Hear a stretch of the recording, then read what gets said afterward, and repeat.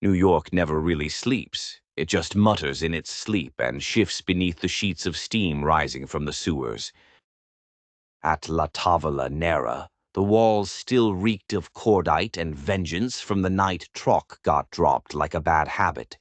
The crew had cleaned the blood, but they couldn't mop the tension. Everyone felt it, like the air was wearing a wire.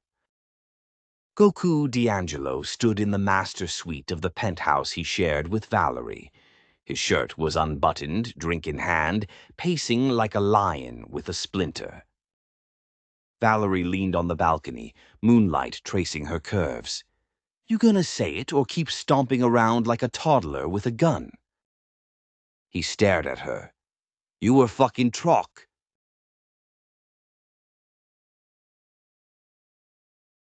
"You didn't know?" He slammed the glass against the wall.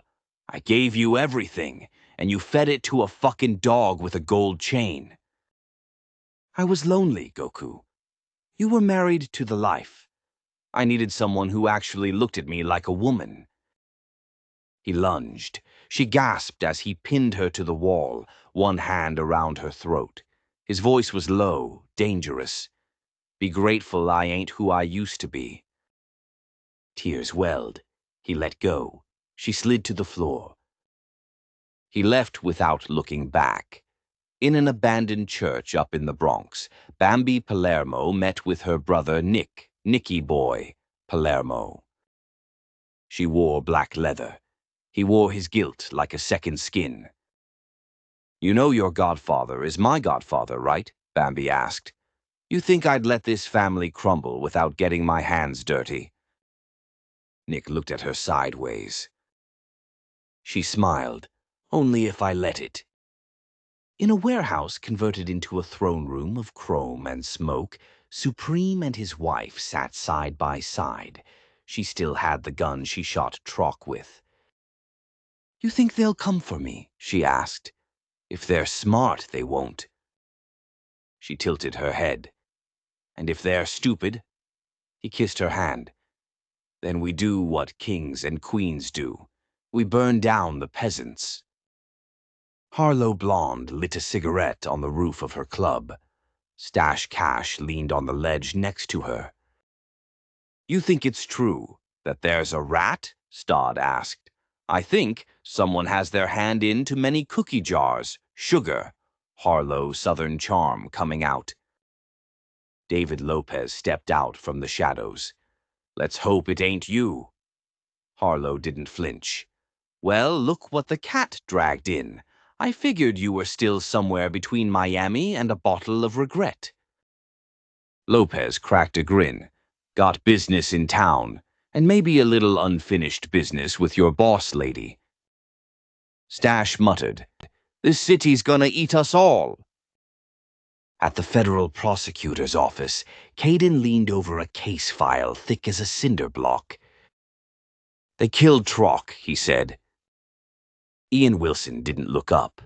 And it's the first crack. We lean on the wrong guy, the whole house falls." Ian smirked.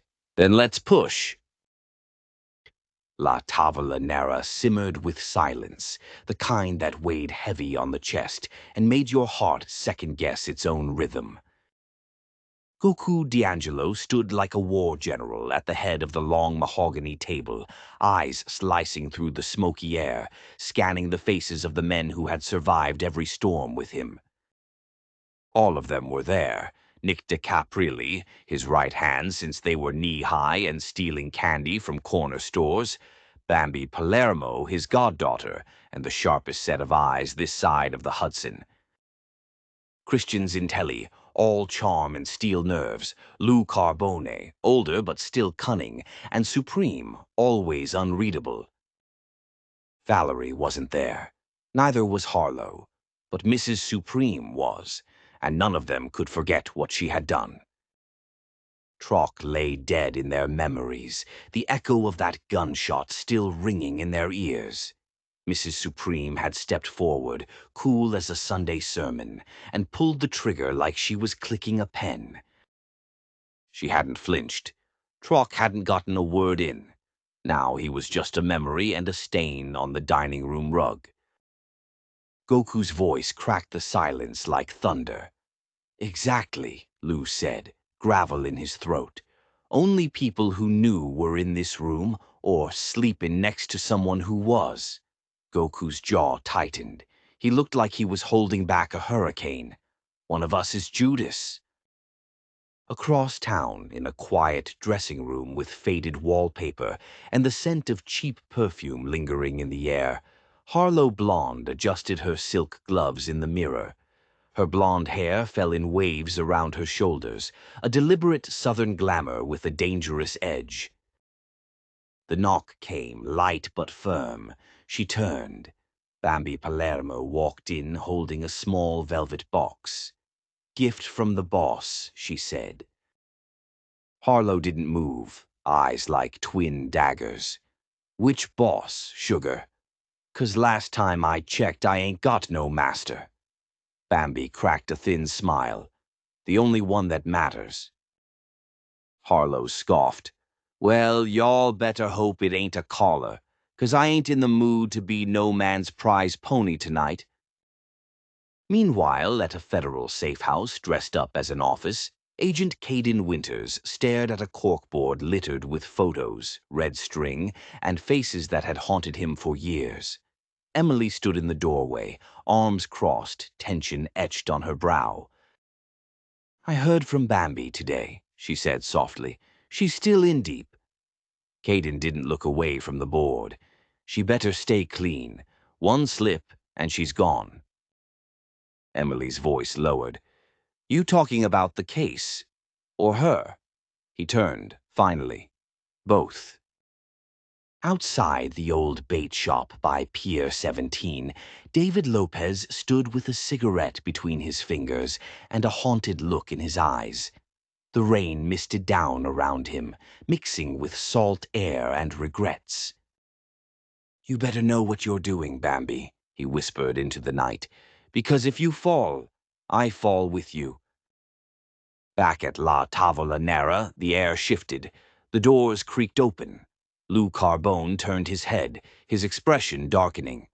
"Goku," he said, rising slowly. "We got company."